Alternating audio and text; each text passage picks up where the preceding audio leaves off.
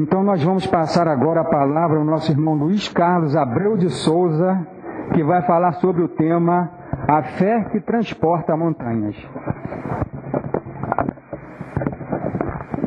Meus irmãos, boa noite. Que a paz do Mestre Jesus nos envolva hoje e sempre.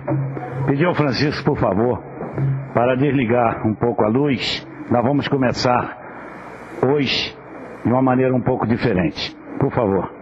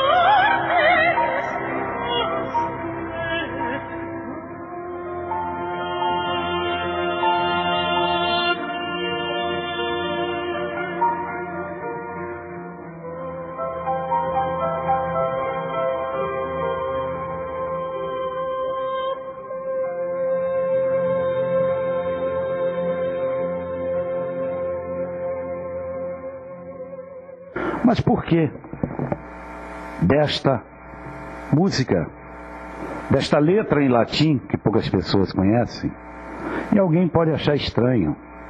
Mas isso aí não é um hino, uma música característica de uma co-irmã religião? Nada disso. Isso é uma composição de um alemão, Johann Sebastian Bach, que não tinha nada a ver com a Ave Maria e foi aproveitada para isso. E alguém diria, mas e a letra? A letra, ela está nos evangelhos. A letra é exatamente a anunciação a um espírito iluminado que receberia no seu ventre e sob sua responsabilidade estaria a criação, a educação do nosso Mestre Jesus. Não foi qualquer espírito, não. É um espírito escolhido dentre muitos iluminados para esta missão maravilhosa. E se nós formos procurar nas Escrituras, em todo e qualquer lugar, não existe um momento sequer em que Maria, mãe de Jesus, reclama do destino do filho, do sofrimento do seu filho, da sua missão de mãe, vendo todo o sofrimento que passaria e estava passando seu filho. Um grande exemplo para todos nós, pais e mães, que também aqui recebemos missão, recebemos em nossos lares reencarnações difíceis às vezes, não só do ponto de vista físico, mas principalmente do ponto de vista de gênio. Como é difícil a gente aturar certas pessoas da própria família. E Maria, em toda a sua vida, em todos os momentos, o Espírito iluminado, como eu disse, nos deu o exemplo, principalmente para as mulheres, de que ser mãe, já dizia o poeta, é sofrer no paraíso. Ser mãe é uma missão muito importante. E mais importante ainda, temos que pedir a Maria, esse Espírito iluminado, Mãe de Jesus, sim, ajuda. Como a qualquer um outro Espírito de luz, nós temos que pedir sim.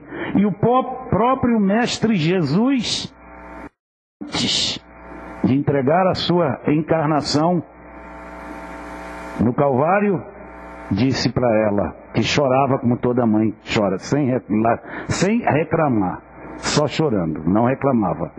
E ele dizia: mãe, eis aí o teu filho, mostrando os soldados, todos aqueles que acompanhavam este momento doloroso. E disse: mãe, eis aí os teus filhos. Filhos, eis aí a tua mãe. Então, por extensão e por próprio conselho do Mestre Jesus, podemos pedir sim a Maria, Mãe de Jesus, que nos ajude. E ela vai ajudar, sempre. Para ilustrar o que eu estou dizendo, Chico Xavier, certa vez, saindo em visita a enfermos, que ele fazia sempre, com um grupo de colaboradores da sua casa espírita, pelas ruas, passando, vem uma senhora maltrapilha, trêmula, enferma, com uma receita na mão e diz: seu Chico, eu preciso tomar este remédio e eu não tenho como comprar. Eu já procurei os órgãos públicos, já estive na prefeitura, enfim, procurei de todos os meios alguém que pudesse me doar esse remédio e eu não consegui. E o médico falou: se eu não tomar esse remédio eu vou morrer. Chico disse: minha filha, não posso te ajudar, eu não tenho dinheiro. Realmente não tinha, porque consta que todo o salário que o Chico recebia da sua aposentadoria, principalmente, ele doava para as entidades assistenciais.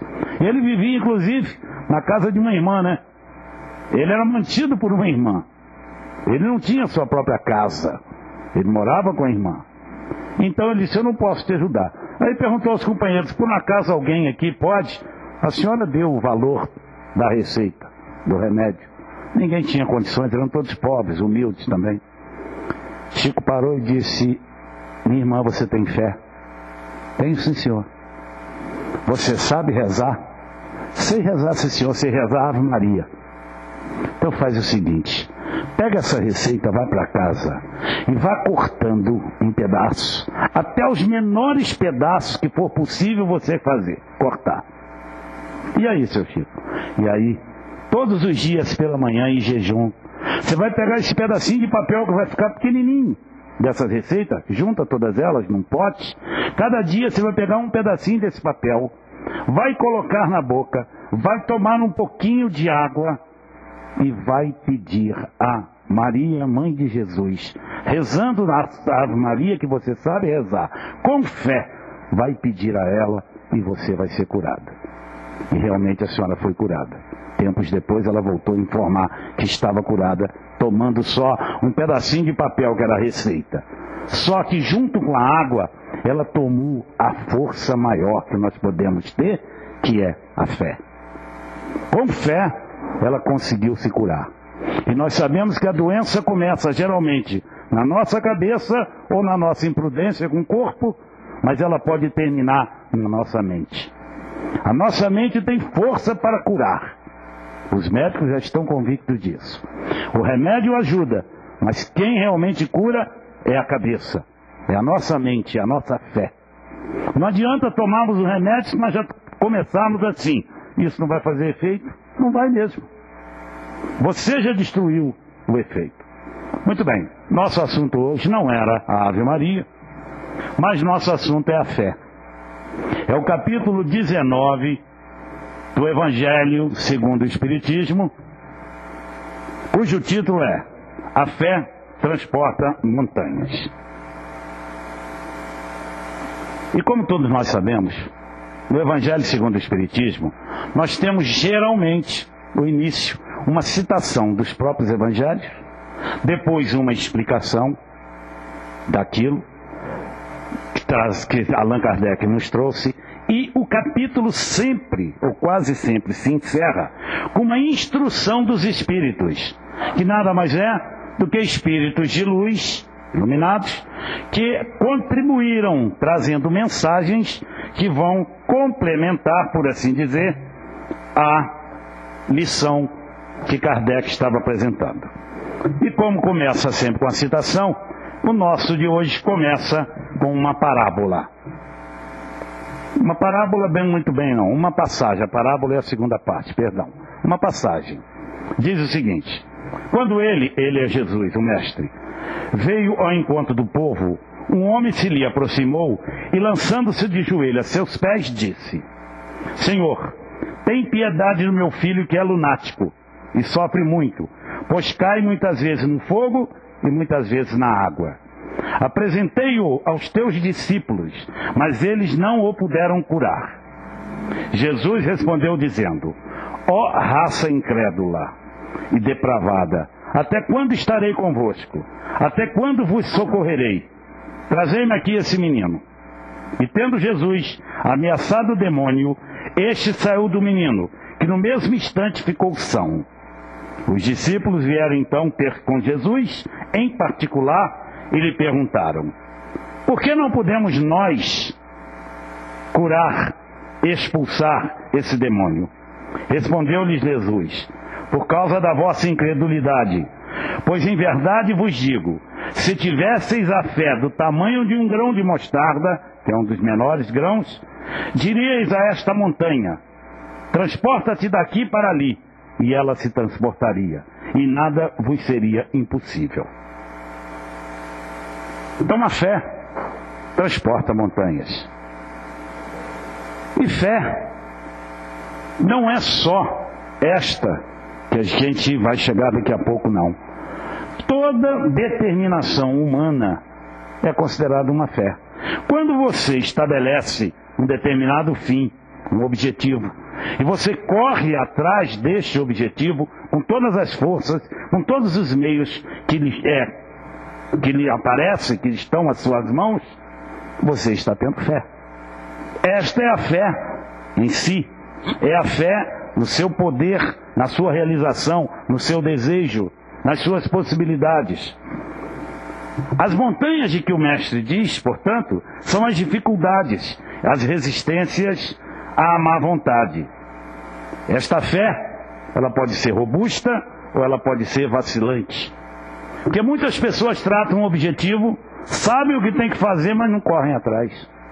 Ou seja, fica como aquele nosso irmãozinho de outra língua, que sempre dizia: ó Deus, fazei Jacó ganhar na loteria. Jacó precisa tanto do dinheiro. Ó Deus, porque Jacó não ganha na loteria. E aquela ladainha todo dia, um dia, ele escuta um estrondo e vem uma voz lá de cima: pelo menos compra o bilhete. Então veja, tem gente que estabelece uma meta, um fim, mas não é capaz de correr atrás, como nós dizemos hoje em dia. Não é capaz de estabelecer as etapas com vontade férrea para chegar até lá. Eu gostaria tanto de ser médico, mas você não estuda. Não vai cair do céu um diploma na sua mão. E se cair um diploma na sua mão, você vai fazer o quê quando um enfermo? Você tem que estudar. Você tem que entrar na faculdade. Por falar em estudar, um exemplo de fé, de perseverança nesse sentido humano, deu aquele primeiro cidadão da primeira turma do Mobral, que aos 105 anos recebeu o diploma da mão do presidente da época, que eu não me lembro quem, alfabetizado, 105 anos. Pergunta o presidente, ou para ele: e o que o senhor pretende fazer agora? Quero ser advogado. 105 anos. Não sei contar para os senhores se ele conseguiu chegar lá. A história não nos dá essa informação. Mas veja só que persistência, que força de vontade, que fé no sentido da natureza das coisas humanas. Então, essa lucidez que permite se veja em pensamento a meta que se quer alcançar e os meios de chegar lá, também é chamada de segurança. Quem tem segurança, tem fé, busca e espera alcançar. O poder da fé acontece através da força magnética.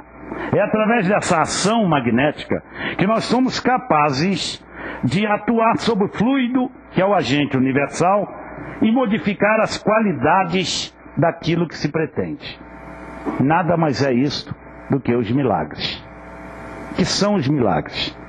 Os milagres é a manipulação dos fluidos, através do magnetismo, dos fluidos, do fluido universal.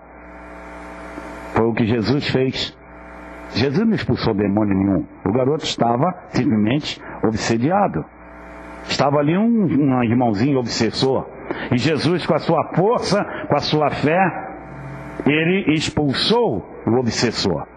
O que os apóstolos depois começaram a fazer quando eles tiveram fé, quando eles acreditaram que seria possível fazer isto.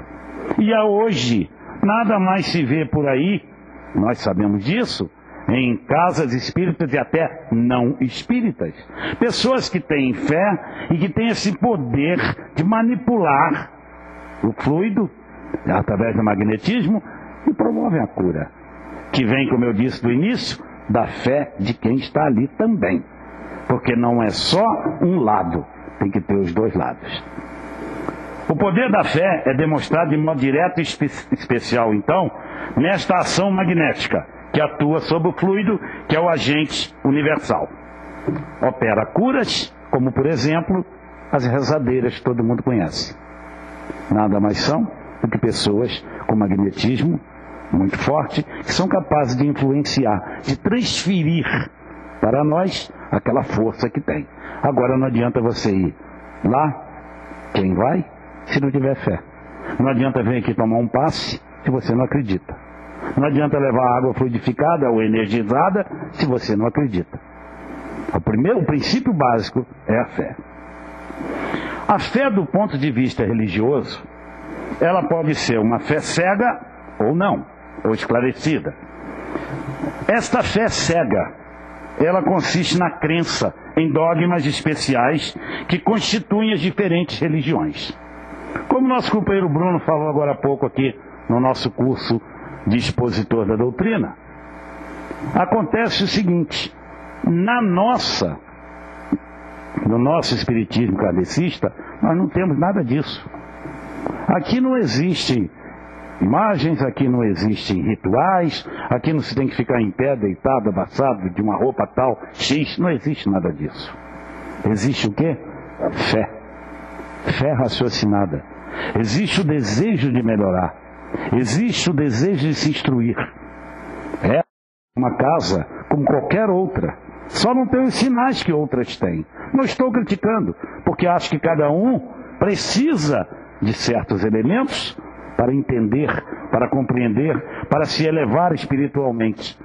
Nós utilizamos a mente, a fé, a razão. Já dizia que a fé raciocinada, ela é capaz de entender tudo e tirar todos os véus dos mistérios, dos dogmas. A fé cega, por outro lado, ela aceita o falso como verdadeiro. Basta que alguém lhe incuta que aquele falso é o verdadeiro, que o falso é o verdadeiro, você acaba acreditando. E o dia que você tirar esse véu, você diz, ué, não era nada daquilo que eu estava pensando, a coisa é muito diferente. Foi exatamente o que o Espiritismo veio fazer, que Allan Kardec fez. Veio tirar o véu de todos os mistérios. Não existe mistérios. E aquilo que nós não conseguimos entender ainda, é porque nós não temos ainda o progresso espiritual e mental para entendermos. Como não tinham naquele tempo. Quem é que podia falar em transmissão interplanetária em 1857. Hoje nós sabemos que pode. Está aí, ó. Sai daqui, vai para a Lua, fala, tem imagem. Daqui todos nós, ou quase todos, tem um aparelhinho pequenininho que fala para o Japão, fala para qualquer lugar, com imagem, com som. Se mede pressão através de aparelho à distância. Eu mesmo passei por 2, 3 procedimentos, já estou com 7, molinha, dentro do coração, e que eu fico deitado numa máquina e num aparelho de televisão, estou vendo o médico, com um fiozinho, igual um fio de cabelo, desentupindo uma artéria dentro do meu coração. Se você falasse isso, não é muito longe não, hein? Se você falasse isso há 70 anos atrás, você ia ser queimado em praça pública. Tá maluco? Tá doidinho esse camarada. Como é que pode ver o coração lá por dentro funcionando? Vamos queimar em praça pública, vamos amarrar uma camisa de força e vamos jogar no calabouço qualquer aí. Ou então vamos atirar no mar, porque isso aí é melhor sumir no mar que não resta nada. No entanto, nós, como disse Bruno agora há pouco, vivemos um período maravilhoso. Não só desenvolvimento da ciência, mas desenvolvimento da mente, da compreensão, da educação. Nós somos capazes de entender muitas coisas que há 50 anos atrás nem sequer sonhavam. E que estejam certos. As crianças que estão lá embaixo vão ter uma visão muito diferente da nossa. Aliás, já estão tendo, né? Vovô, você é ultrapassado. Você mal sabe ligar o computador? Não é nada disso. Me dá esse celular aqui, você não sabe ver nada. Você não está vendo aqui? Não estou vendo nada, meu filho. Eu sou de outra época. Eu sou da época da máquina de escrever, do quadro de giz com poeira no nariz. Está rimando, né? Quadro de giz com poeira no nariz, mas era assim mesmo. De espirrar, de sair no quadro, como diz o Bruno ali, dando ré e batendo no quadro. E os alunos morrendo de rir. Hoje, trabalha-se com outros equipamentos, daqui manipulando o quadro ali na frente, e vai aparecendo o que eu quero, eu escrevo aqui e aparece lá, né? O professor já não tem que ficar com aquele giz no nariz. Então, vivemos um outro tempo. Só que, para o nosso progresso material, nós temos tudo isso aí. Tudo aí à nossa disposição. Basta estudar, basta querer, basta entender. Agora, para o progresso moral, para a nossa reforma íntima, nós só temos um caminho. É o estudo e a fé. Só que a fé, ela tem que andar de mãos dadas com a caridade. E não adianta eu querer para mim. Nós não vamos sair daqui sozinhos. Este mundo nosso de provas e expiações, ele só vai ser um mundo de regeneração, todos ou quase todos juntos. Egoisticamente nós não vamos a lugar nenhum. Não adianta você largar tudo, se isolar numa caverna ou numa mata, viver. Eu não vou ter contato com o ser humano, eu vou só pensar, eu vou rezar o dia inteiro, vou fazer minhas preces. Não vai resolver muito, não. Nós temos que ir juntos. Nós temos que colocar em prática a nossa fé. Nós temos que colocar em prática os nossos conhecimentos. A gente vem aqui, sobe na tribuna, fala as coisas, primeiro para nós mesmos, que somos, às vezes, e por certo, muitas vezes, bem piores do que os que estão nos ouvindo. Porém, nós temos uma missão, não podemos fugir dela. Quando ganhamos a capacidade de falar, quando ganhamos a felicidade de escolher uma profissão, quando ganhamos a felicidade de educar, de ajudar outros seres a descobrirem o que nós sabemos, nós ganhamos uma responsabilidade. Quando nós descobrimos a doutrina, nós também ganhamos uma responsabilidade. Todos nós aqui que conhecemos a doutrina temos duas grandes obrigações. Estudar cada vez mais, para o nosso próprio bem, para o nosso progresso. 2, divulgar isto. Não é, vou repetir o que eu já falei aqui de outras vezes, pegar o Evangelho, domingo, 7 horas da manhã, fiar debaixo do braço, bater na porta dos outros para acordar as pessoas que estão dormindo, cansadas, para falar do Evangelho. Vão te enxotar, vão te chamar de chato, vão te chamar de enjoado, vão te chamar de tudo que você pensar. Você vai ganhar até inimigos por causa disso. Já vem aquele chato com aquele livro debaixo do braço. Não é assim não. Você está muito bem no seu canto, relacionando com todo mundo. Vem um companheiro, vem um vizinho, vem um parente, vem um desconhecido, não importa, e reclama da sua situação. Seja ela física, moral, espiritual, não importa. Ele reclama da situação e geralmente quem reclama vem com a seguinte expressão: Deus não é meu pai, não é justo comigo. Por que que as pessoas estão em outra situação e eu estou nessa? Nesse desespero? Por que que eu tenho essa dificuldade financeira tão grande? Por que que tudo que eu ponho a mão não vai para frente? Já tem gente que põe a mão, a coisa se transforma. Vai que é uma beleza, vai de vento em popa. Na parte material. Tem gente que para fazer uma prova dá uma lida e tira 10. Eu me mato de estudar e não consigo tirar mais do que 5. Estou dando um exemplo. Eu no meu trabalho me dedico, quero me esforço, quero fazer o melhor possível e estou sempre levando bronca do meu chefe. Tem gente que leva na flauta e está tudo bem, está tudo certo. Deus não é justo. Agora é o momento. Este é o momento de você falar de Jesus, falar do Espiritismo, explicar a ele que isso que ele está passando, ele tem que passar exatamente porque Deus é justo. Que se Deus não fosse justo, naquela encarnação passada que você perdeu a oportunidade, ele te colocava lá no fogo do inferno, como alguém acredita. Que pai é esse que vai deixar um filho eternamente no fogo do inferno? Onde que está o amor, o exemplo de amor que é Deus nosso Pai? Onde que está a justiça de Deus?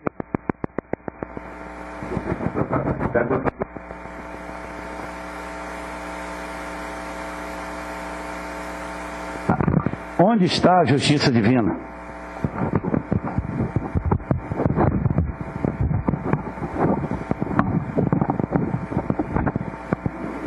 A justiça divina está exatamente aí. Não existe o inferno.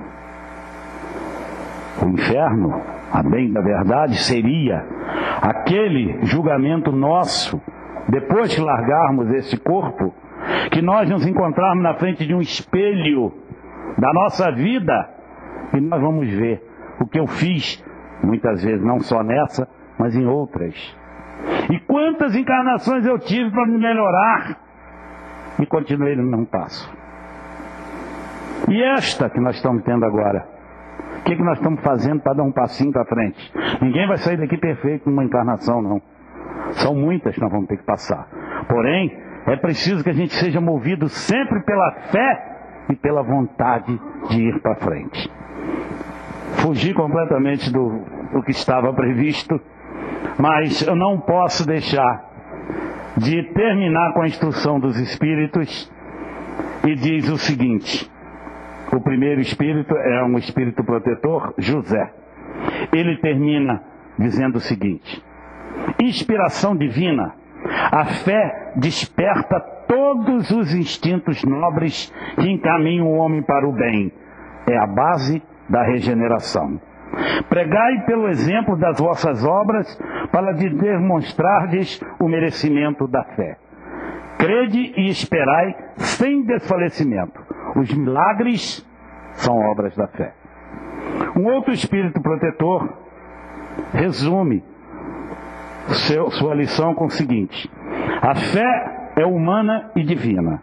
Se todos os encarnados se achassem bem persuadidos da força que em si trazem, e se quisessem pôr a vontade a serviço desta força, seriam capazes de realizar o que até hoje eles chamam de prodígios ou milagres, e que, no entanto, não passa de um desenvolvimento das próprias faculdades humanas. Nós estamos por 5 minutos. Vamos ver se agora a gente consegue projetar ali uma mensagem que vai ser o término da nossa instrução de hoje. Ali é grande, né? O que o medo faz? O que faz o medo?